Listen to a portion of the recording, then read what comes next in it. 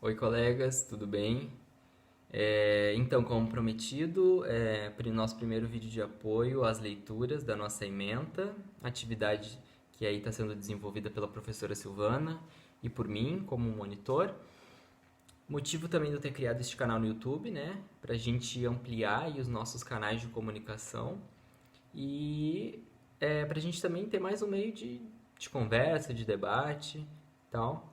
É, Bom, e neste primeiro vídeo, eu vou falar então, vão ser vídeos curtos, tá? Onde eu só vou dar uma pincelada na, na leitura da semana, para que vocês já possam chegar na leitura e já ter uma familiaridade, tá? Saber do que se trata o texto.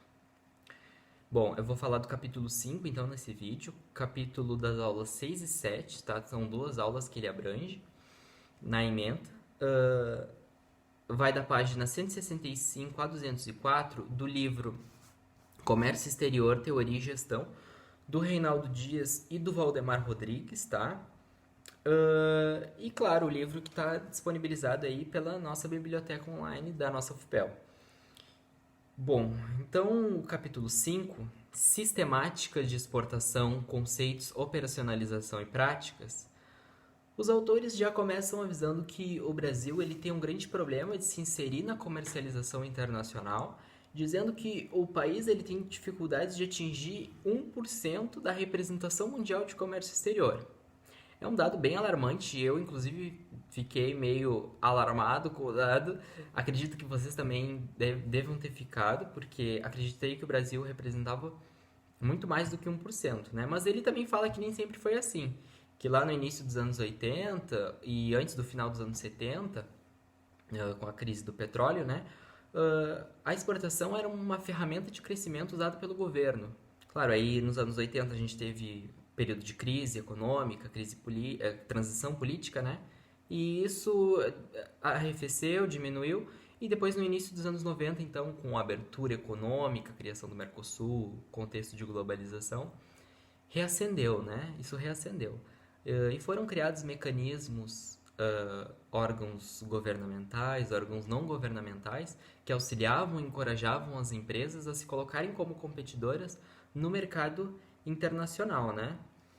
E bom, aí depois de traçar esse contexto, e foi um contexto que começou, por exemplo, com Fernando Collor, depois passou Fernando Henrique, Lula, Dilma, então, como uma política de Estado e não de governo, né? É bom ressaltar isso, que ah, ele começa então a explicar sobre a internacionalização das empresas, né? E aí ele faz um alerta que antes de se lançar, as empresas devem fazer uma avaliação interna de capacidade, tá? E aí ele coloca o mercado internacional, né, como se fosse um contexto de guerra. Claro, contexto de guerra onde o menor onde o maior destrói o menor, né? E por isso que ele fala que é muito importante fazer esse estudo interno de capacidade mesmo, tá? Bom, aí depois ele ressalta como as empresas devem agir já perante um contexto de internacionalização.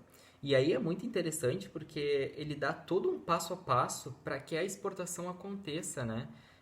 Onde ele fala todos os procedimentos, os documentos necessários, e aí ele divide isso no texto em subtítulos. É bem interessante, é bem importante a gente, estudando essa disciplina, entender isso melhor, tá? Bom, e aí também depois disso o autor ele fala dos tipos de exportação, né? Existindo a exportação direta, a exportação indireta, exportação em consórcio também, onde as empresas se juntam, elas se auxiliam umas às outras para ter menos gastos, né? Bom, e aí depois ele também fala de exportações de amostras, exportações temporárias, que servem para beneficiar o exportador, né? Isentando eles de algumas taxas, inclusive. Ah, e bom, e aí já por fim, também para o vídeo também não ficar muito longo, o autor ele vai chegando perto da conclusão e ele diz que os benefícios de uma empresa se tornar exportadora, né? Claro, é o lucro, né? O lucro. Além de fortalecer o seu país externamente, uma empresa ganha muito, se colocando como uma exportadora. Mas aí ele, de novo, ressalta na conclusão que, em contrapartida, é necessário que a empresa se capacite internamente e se torne eficiente para entrar no mercado global e ter esse lucro, né? Essa é a contrapartida que ele faz, encerrando o texto. Bom, era esse o vídeo. Para não deixar muito longo, comentem se vocês tiverem algum ponto para levantar. Se vocês gostaram, deem o likezinho. Se não gostaram, o desjoinha. E é isso, gente. Levantem críticas, pontos e qualquer coisa também levem suas dúvidas para a aula, tá? Um abraço.